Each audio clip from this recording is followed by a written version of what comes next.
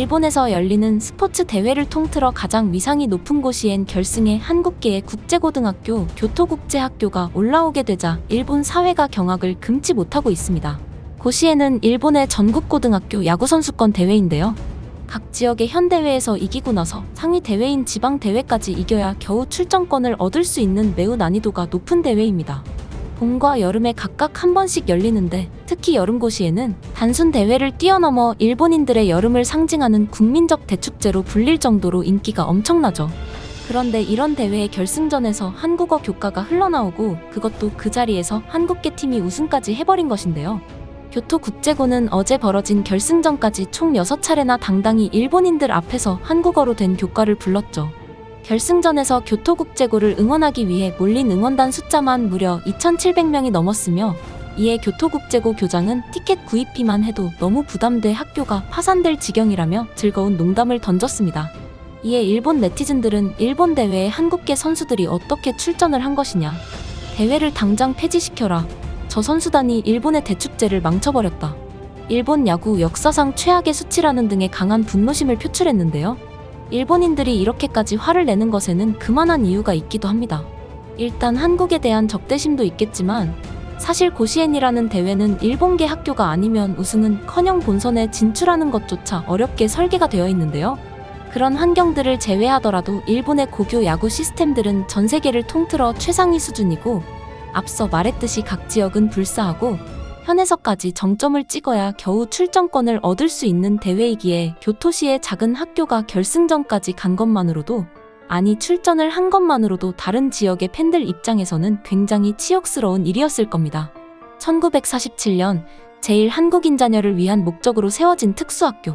전체 학생 수가 137명밖에 되지 않는 작은 한국계의 국제학교가 어떻게 고시엔에 우승하여 당당히 한국어 교과를 부를 수 있게 되었을까요? 오늘은 그 이유와 화려한 고시엔 대회의 내막에 숨겨진 진실에 대해 알아보도록 하겠습니다. 구독과 좋아요는 저에게 매우 큰 힘이 됩니다. 대회 시청률이 20%에 달할 정도로 일본 야구의 상징과도 같은 여름고시에는 추계대회 성적이 우수한 32개 학교를 선발해서 겨루는 대회인데요.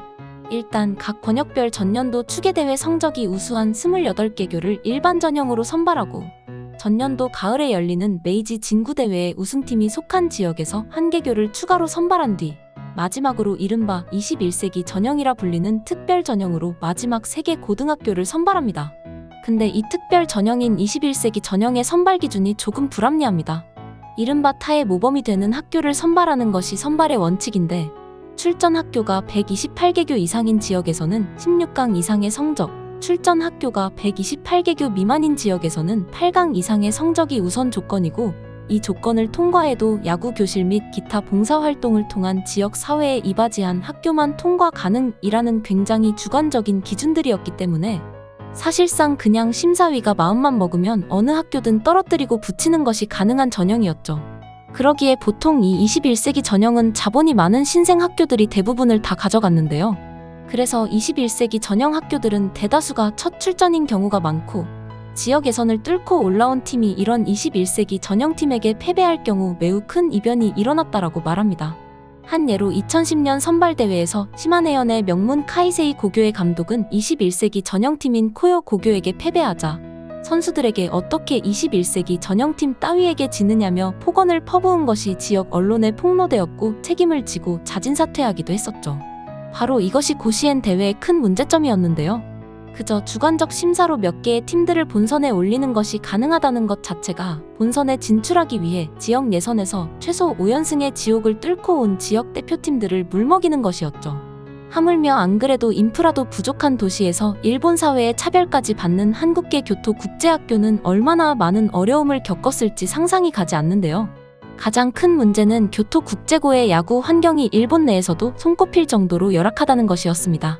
이번에 교토국제고가 우승을 하며 큰 화제가 되자 수많은 취재진들이 학교 경기장으로 방문을 나섰는데요. 모두 하나같이 경악을 금치 못하였습니다. 교토국제학교의 야구 경기장은 일반적인 초등학교 운동장과 같이 좌익으로 70M 우익으로 60M밖에 되지 않았으며 모양도 사다리꼴의 괴상한 형태를 띠고 있었죠. 선수들은 실제 야구 경기장의 절반밖에 되지 않는 작은 그라운드에서 수비 연습을 할 수밖에 없었으며 체력 연습 또한 면적이 적합하지 않았기에 일부러 원바운드로 공을 던지거나 달리면서 던지기, 일부러 떨어뜨린 뒤 집어 던지기 등의 훈련을 집중적으로 했었죠. 또 타격 연습도 조금만 멀리 쳐도 바로 그라운드 밖에 있는 차에 부딪히기 일쑤였기 때문에 낮고 강한 공을 위주로 치는 수밖에 없었다고 밝혔습니다. 실제로 교토국제고 선수들이 이번 대회에서 기록한 홈런은 단 한 개도 없었죠. 일본 사회에서 제일 교포들이 받는 처우도 매우 심각한 문제였습니다. 한 조사에 따르면 일본 학교에 다니는 한국인 학생의 무려 30% 이상이 언어폭력, 신체적 폭력을 심심치 않게 당하는 것으로 드러났는데요. 한국인 유학생 중 150명을 대상으로 설문조사를 실시한 결과 최근 3년간 언어폭력에 의한 괴롭힘을 당한 적이 있다고 답한 사람이 30%나 되었고, 이 가운데 50%가 동급생으로부터 신체적 가해까지 당했으며 20%가 직장 내에서 성적인 희롱을 당한 경험이 있다고 밝혔습니다. 위아래가 심하게 나뉘어진 스포츠계는 더욱 심각할 수밖에 없었는데요.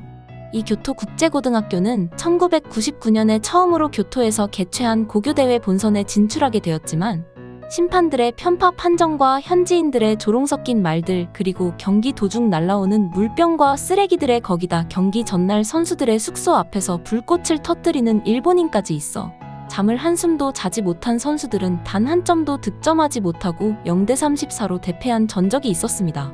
그러나 이런 너무나도 열악한 환경에서 하나의 꽃이 결실을 맺었습니다. 이번 교토국제고의 우승 스토리는 마치 한 편의 영화라고 해도 과언이 아닌데요. 교토국제고를 우승시킨 감독이 바로 이 0대 34로 대패했을 때 선수 중 하나인 고마키 선수였던 것입니다.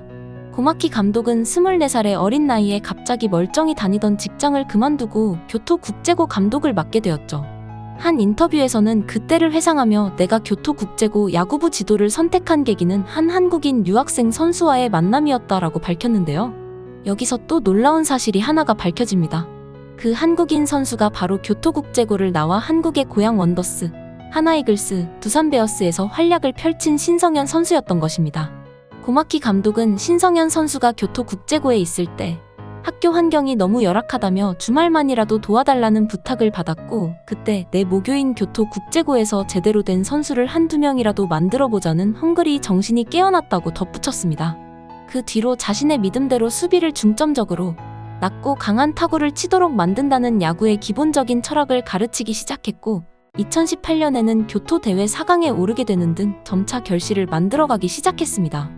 이에 2021년 교토 지역 우승팀 자격으로 사상 첫 여름 고시엔 대회 진출에 성공, 마침내 2024년 고시엔 하계대회 우승으로 이 영화의 마무리를 결정짓게 되었죠. 수많은 제1교포와 가족들은 흘러나오는 한국어 교과를 들으며 참아왔던 눈물을 터뜨렸는데요. 일본에서 받은 차별과 편견을 깨고 단 1% 확률을 뚫어낸 교토국제고의 스토리는 최악의 상황에서 강해지는 한국인의 특성을 다시 한번 입증한 신화가 되었습니다. 절망적인 상황에서도 한국인 DNA의 위력을 일본에 보여준 교토국제고와 고마키 감독에게 감사 인사를 전합니다. 오늘 준비한 영상은 여기까지입니다. 시청해주셔서 감사합니다. 마지막으로 구독과 좋아요 한 번씩만 더 부탁을 드리면서 다음 영상에서 뵙도록 하겠습니다.